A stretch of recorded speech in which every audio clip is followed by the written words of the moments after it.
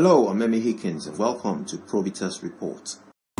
Probitas Report is a global, diversified online media and integrity information management services company primarily focused on creating and distributing impeccable, authoritative and engaging content of value to consumers globally, with special emphasis on the African continent. The company comprises leading startup business across a range of sectors, including news and integrity information, management services, debt recovery services, online multimedia services, online brand and advertising services, capacity building, content management services, and integrity in business rating agency. 12 phrases to avoid in a professional context. These phrases are divided into 3 subheadings. The first subheading deals with phrases to avoid in a professional conversation. The second subheading on phrases to avoid during an interview. And the last subheading, phrases to remove from your resume. We're going to start with phrases to avoid in everyday professional conversations. Number 1, that's not my job. Well, this type of self-serving phrase won't just anger your co-workers or managers, it could also cost you your job. While a task may not fit directly within your original job description, it's for the greater good of the company that you lend a hand, wherever and whenever possible. Number 2 on the list, I'll try. If you want to inspire doubt in whoever you're speaking to, try this phrase out. Not only will you eliminate the trust of co-workers, you'll also place doubts in the minds of your customers and clients. Replace try with will for better results. Number 3, I dislike. If you're constantly sharing your distaste for things, your co-workers are more likely to tune out.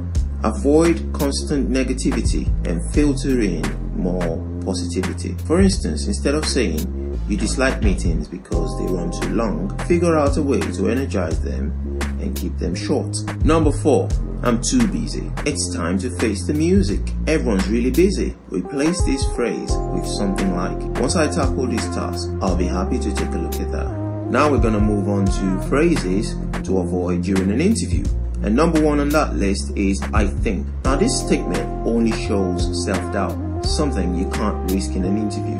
I find that replacing it with phrases like in my experience usually works better. Now number 2 on this list is the phrase to be honest.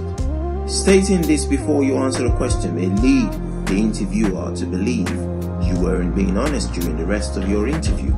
Avoid this phrase altogether and never lie during an interview. Number 3, me. If your entire thought process during an interview is in regard to yourself, it's going to come through in how you answer questions. Now the company wants to know what skill you're going to bring to the table. Don't ask if you can work from home or what the compensation package looks like unless they bring it up. And last on this segment is the phrase, my previous employer was awful. Bad mouthing is never a good idea. It shows you're untrustworthy or disloyal. If you don't have something nice to say about your current or previous employer, then it's best not to bring it up at all. Any kind of negativity towards a company or manager might label you as a bad hire. Now we move on to the last subheading, which is phrases to avoid when writing up your resume. Number 1 on that list is highly qualified. It's better to show than tell. Simply writing this rather than listing your experiences that make you highly qualified may peg you as lazy or dishonest. Number 2 on the list is familiar with.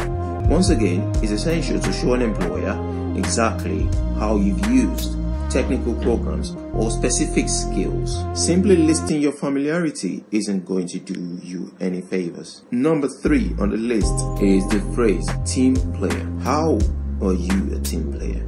Avoid lip service and share concrete experiences and accomplishments you've achieved through teamwork instead. And last on the list, number 4, problem solver. Avoid this phrase. Break down your resume to represent your abilities as a problem solver. For instance, share a problem solving achievement that benefited your previous employer or client. Don't let what you say or write in your resume hold your career back. Evaluate your vocabulary to ensure you exude positivity and confidence. Join us again for the next episode of Probitas Report. I've been Emmy Hikins and you've been listening to Probitas Report. For more on this article and other related news, please visit www.probitasreport.com. Bye for now. If you or a business partner have been affected by any of the issues talked about in this report or would like help with a business development plan, business idea, help with business startup, or has any questions relating to or would like to talk about a specific or general business concern not addressed directly in this episode of Probitas Report, if you would like to join our team of contributing writers, please email editor@probitasreport.com. For other serious inquiries including media inquiries, sponsorship, working partnership, or to advertise your business with us, CEO@probitasreport.com.